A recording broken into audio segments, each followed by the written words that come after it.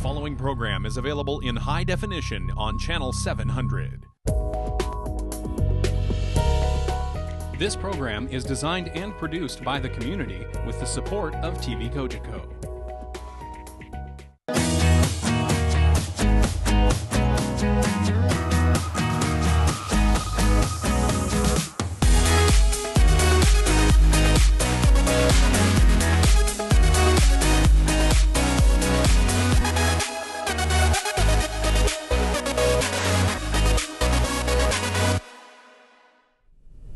Hello, welcome to Oakville Matters.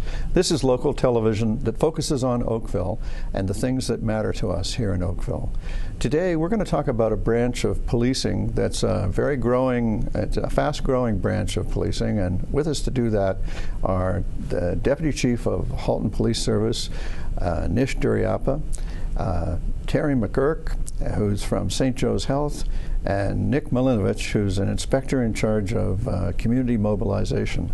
And I mean, we may as well start decoding some of that right away. Community mobilization. Nick, what is the average person supposed to understand when we hear that expression? Sure. Probably the best way to envision that and that branch of policing is it's the part of policing where we engage with different community partners, different service providers, and partner with them to deliver some of our services. Now, why do we do that?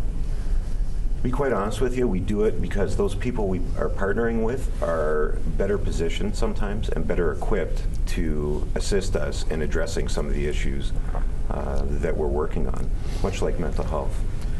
So, Nish? Yes, I can add to that. And why we do that is almost a progression in learning that we as a policing community have traveled over the years. If you look back historically, policing was quite transactional. It was us responding to the community one-on-one.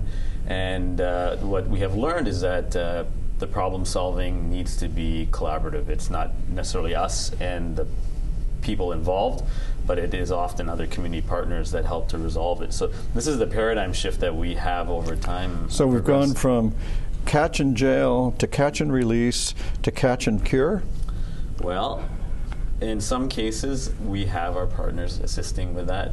Our role, however, as we know with decreasing crime rates, and we're quite fortunate and blessed in our community in Oakville and Halton region to be one of the safest communities in Canada, we still see that 78% of our time for policing is spent on non-criminal related issues.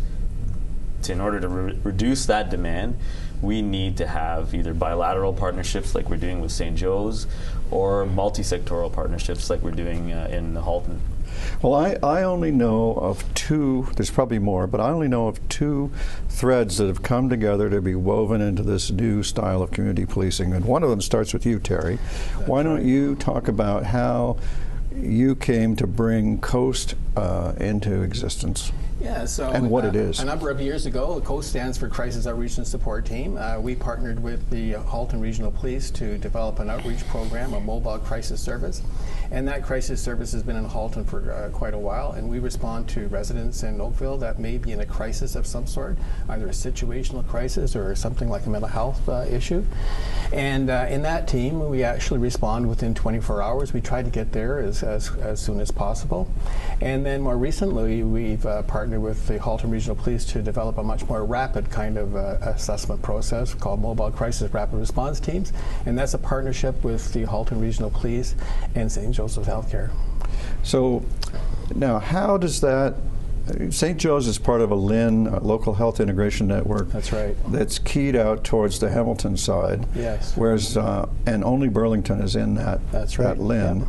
So how did, I mean, it sounds like a miracle of bureaucratic jiu-jitsu to get the entire region of Halton into this program. How did you do that? Well, LIN 4 and LIN 6, they met, and there was a collaboration that was going on, and it was really recognized that St. Joe's has a lot of credibility in terms of providing mobile crisis response teams.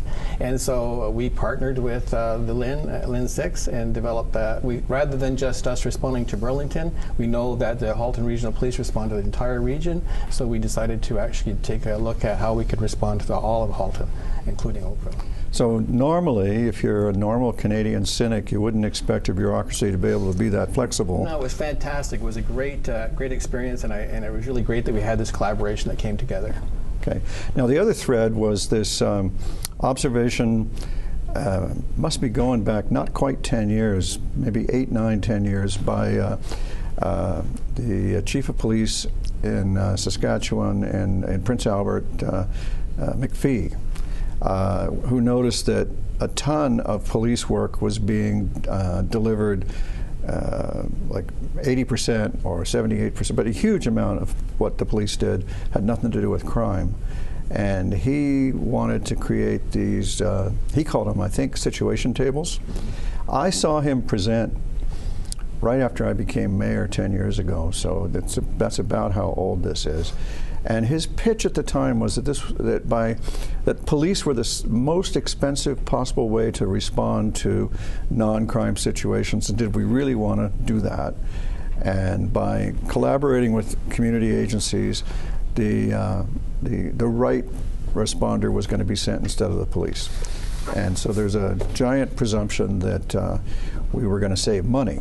And then I saw him last year, he was given an update. He went from being chief of police to being deputy minister of whatever they call it in Saskatchewan, you know, community safety and policing and all. And he had a new pitch. He said, well, it might not save any money, but it saves lives and keeps them from being lost to society. And I'm totally good with that. But that's the other strand that we're working with here. Now, Nish, can you pick the story up there? Because it seems to me that you were involved with bringing that to Halton. Absolutely. The principle is simple. If you mitigate a problem before it becomes a demand, you can reduce the resources we dump on the demand. That's why I was joking, going from catch and release to catch and cure. Yes, absolutely. And the significance of this is that what it means is that we're delivering the right resources to the right people at the right time. And what that means is we're actually saving lives. We're diverting people from the police responding to addiction, unemployment, housing, mental health. But we're getting, for example, social service agencies, not-for-profits, reducing that. So Prince Albert, did the traveling roadshow right across Canada. Clearly a good model. We, of course, have the advantage of having a great region where we have the luxury of being able to adopt principles of this right across our two-tier municipality and testing it in one of them. And we saw the immediate reduction in repeated responses to high-risk situations or people that are experiencing risk, and that's what we term it, where they were no longer caught up in the system of police, catch, release, but then all of a sudden had an opportunity to go to an employment transition workshop. They were diverted to an addiction-based counselor. If there was a youth-based truancy issue, the school boards were involved early. And then therefore we stopped responding. And by a case-by-case example, we have shown that it is in the lives of these individuals improving their wellness, community safety.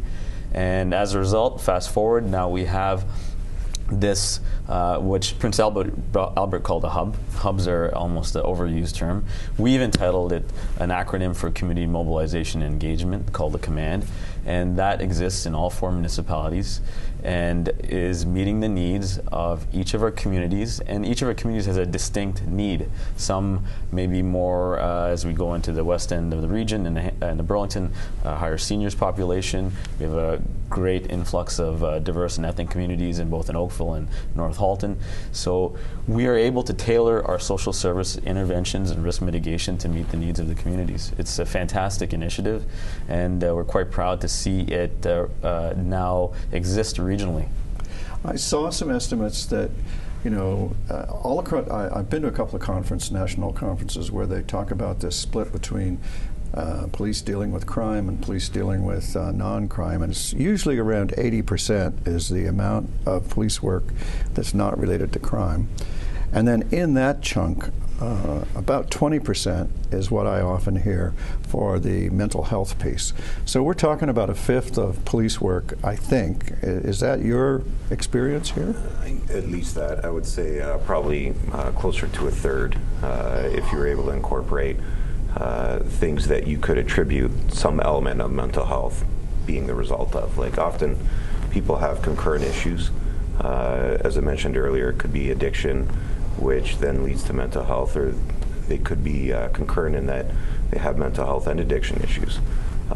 We may see it when we classify it as a drug arrest or something of that nature, but you could certainly consider that within those drug arrests, there would be a component that would also have mental health issues. I know that that's the advantage of having these mobile crisis rapid response team. We have a team here now in Halton that's from 10 o'clock in the morning to 10 at night, and 1 o'clock in the afternoon to 1 o'clock in the morning.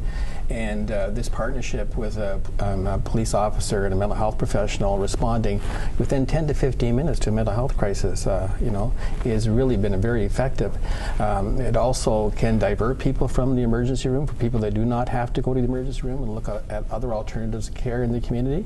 So it's a great. Our goal is to actually improve health care, make sure that individuals that are in a crisis have a satisfying kind of experience, and that we want to reduce costs. And I know this experience that we have with mobile crisis response really saves a lot of police dollars. And to Terry's point, that I think that quite often people say, "Oh, now are the police now participating in mental health work?" Well, the reality is the police were responding to this on their own exclusively for the last many years. And we're not the best equipped to respond to mental health and crisis response. And what we are doing now is, back to your point earlier, Mayor Burton, is that we're providing better services, improved quality of services to people that require mental health intervention or response, diversion, and therefore we may not be back there the next Friday night when there's a crisis call, because in that period of time we've actually been able to connect them to proper health care, social services. They're not always going to the hospital, which was normally our course of action. We quite often find that there are other tiered social services that are brought into the play. One of the really good things about mental health workers working in the community and crisis service is they know what those services are in the community, right? That's one of their expertise. And also knowing how to do those assessments and determine what kind of service this individual actually needs. So actually helping the police with that whole process in terms of maybe taking people to hospital that have to go to hospital and getting the treatment that they need, but also taking a look at alternatives in the community. So I've heard a lot of good stories to the effect that the ride-along professional who's with the officers can sometimes prevent, I don't mean to say prevent, but make it possible for the officer to come up with a less expensive way to deal with the person. Taking them to hospitals, it's already very expensive to send the police officer.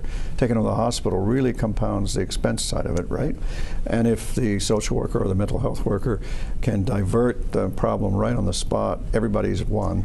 Yeah, including the taxpayer. Even if the assessment is done in the community and taking that person to hospital, that transfer of information is available now to, they can speak the same language as the hospital can, and that really decreases the wait time for police officers in the emergency room.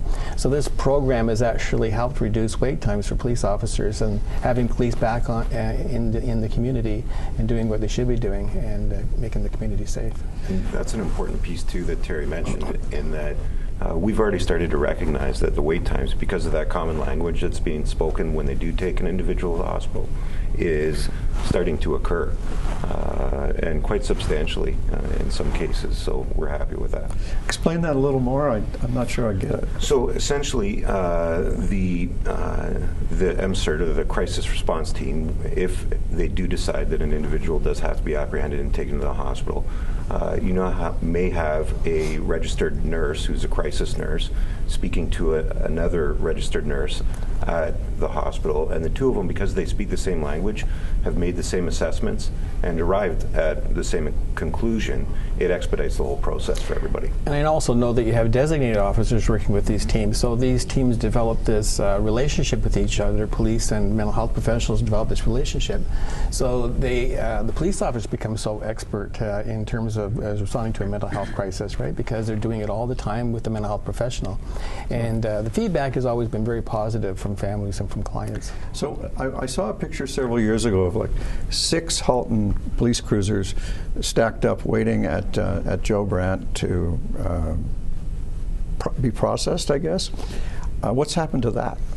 It is improving. I think partially because of our crisis response team, but I think generally across all the different service providers, police included, everybody's recognized that mental health is an issue, and we need to collaborate in order to do what we can to best support the wellness of the people that we're bringing there. And a 4-hour wait in a hospital isn't the best thing for them. So there's a number of groups and partnerships that have begun between ourselves and the hospitals to try to reduce those wait times, and it is happening. So I know another component is actually the crisis intervention training for police officers that's provided now. We have mental health professionals and police partnering together to take a look at how officers can be better trained in terms of crisis intervention, and that's happening quite across the region, actually. I'm sometimes struck, well, periodically I go to these ceremonies where we swear in new young officers, and I'm always amazed. The force has a tradition of reading out the education but above all the community involvement of the young recruit, and I'm always amazed at the caring nature, never mind the education and the fitness and the energy that they have for police work, the caring nature that long-standing volunteerism that you see in their CVs speaks of. And I've never thought to ask this before, but Nick or Nish or Terry, if you know, young people, when they're applying to become a police officer, do they consider this? Do they know this? Do they know that 20 to 30% of their time is going to be dealing with helping people in a non-criminal, I mean to say in a mental health situation? To be honest with you, I don't think any of them anticipate that. Most of them suspect that they will be involved with, social disorder related issues, but they typically think they're going to catch bad guys, improve the community safety through that. But what they don't realize is that because they come to the table with volunteer work, caring experiences with during their education, is that they are predisposed to skill sets that are now innate within their system that allow them to, when they respond to a criminal occurrence, to be alive to opportunities for prevention, maybe risk mitigation, social development, because they're thinking not just from a catch and release or from an emergency response perspective, but because they have had a history of past behavior that has included volunteer work, community-related activity, they now have the ability to also add that layer of discernment when they're trying to problem solve.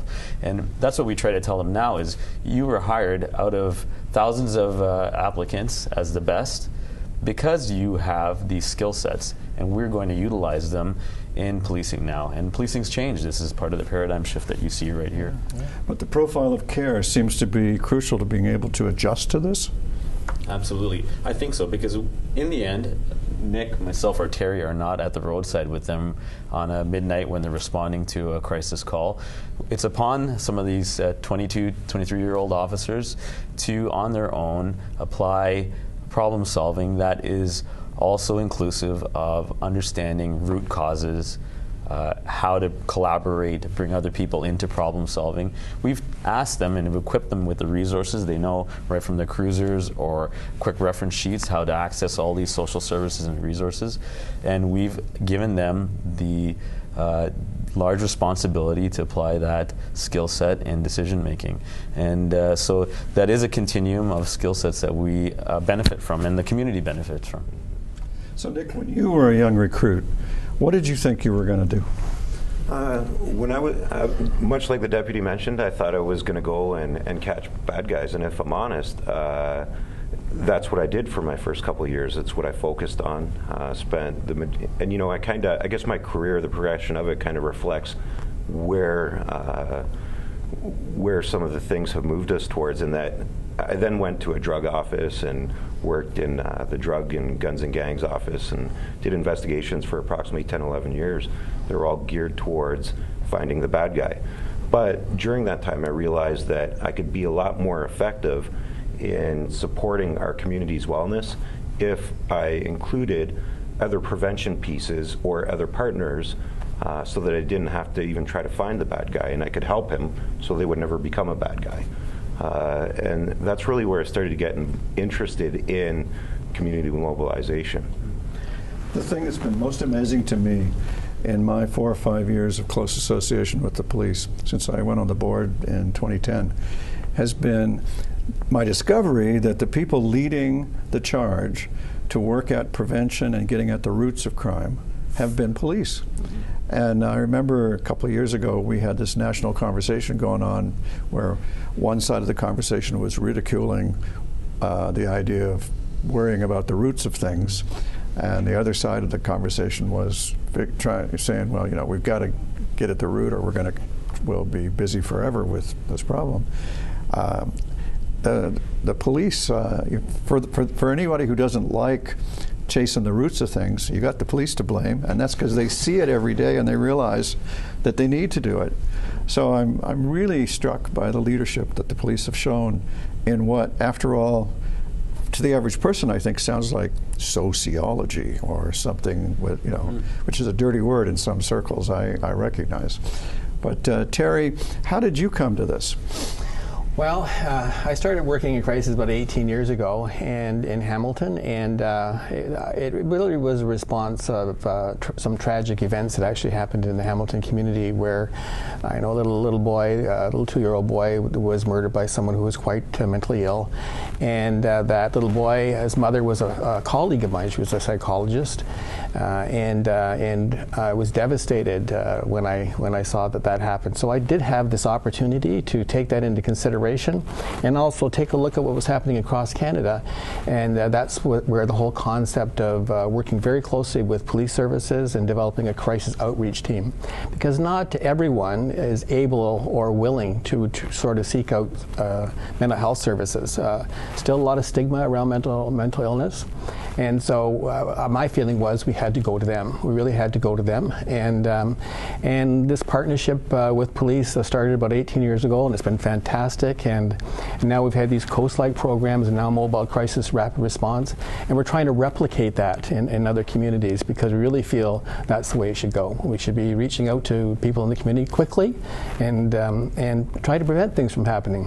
The thing that I always talk about, it's really hard to know what you prevent in terms of mental health crisis situation, but I can tell you my experience has been you prevent a lot of things, and mobile crisis teams actually direct people to the right care, and that's what's important. Now this is, I want to tell you an anecdote. The last time I saw Chief McPhee, Deputy Minister McPhee, he was riveting for one other thing that he said. He said, look, I'm still tough on crime and criminals. He said, there are people who desperately need to be locked up and should never be released. This won't cure everybody, but the ones that it does divert and save are future productive lives for society, and that's why it makes sense. So he's a fully dimensioned guy on this spectrum. How does our local experience track to that? We're not curing everybody. We're still finding bad guys. Correct. I think the philosophy, and Nick will speak to it, in the heart of this community mobilization and what we call community safety well-being is multiple tiers of strategies. And our primary core function, right in the Police Services Act, aside from helping victims and the community, is the response to crime, and that'll always be our #1 priority. We have across this country offenders that are need to be managed by the justice system. But concurrent to that, there are opportunities. What a lovely way of putting it, managed by the justice system. But concurrent to that, we also see that there is value in mitigating risk, prevention, social development, and they can all happen concurrently. And one does not supersede the other, but what we have got better is not just devoting energy into one area. So, we still have units that are exclusively oriented to enforcement, but they never now operate in isolation. We have concurrent messaging that's prevention related. And we right down the road safety, traffic safety. We know we have an urban environment that's becoming more dense. Truck safety is an issue. We can continue to do truck enforcement, but without speaking with municipalities and looking at lay-by lanes, training the industry on proper road safety techniques, we can't resolve the root problem on its own just through enforcement. But they all need to exist concurrent. So it seems to me this is a key piece of what Sir Robert Peel was talking about when he enunciated his principles of community policing.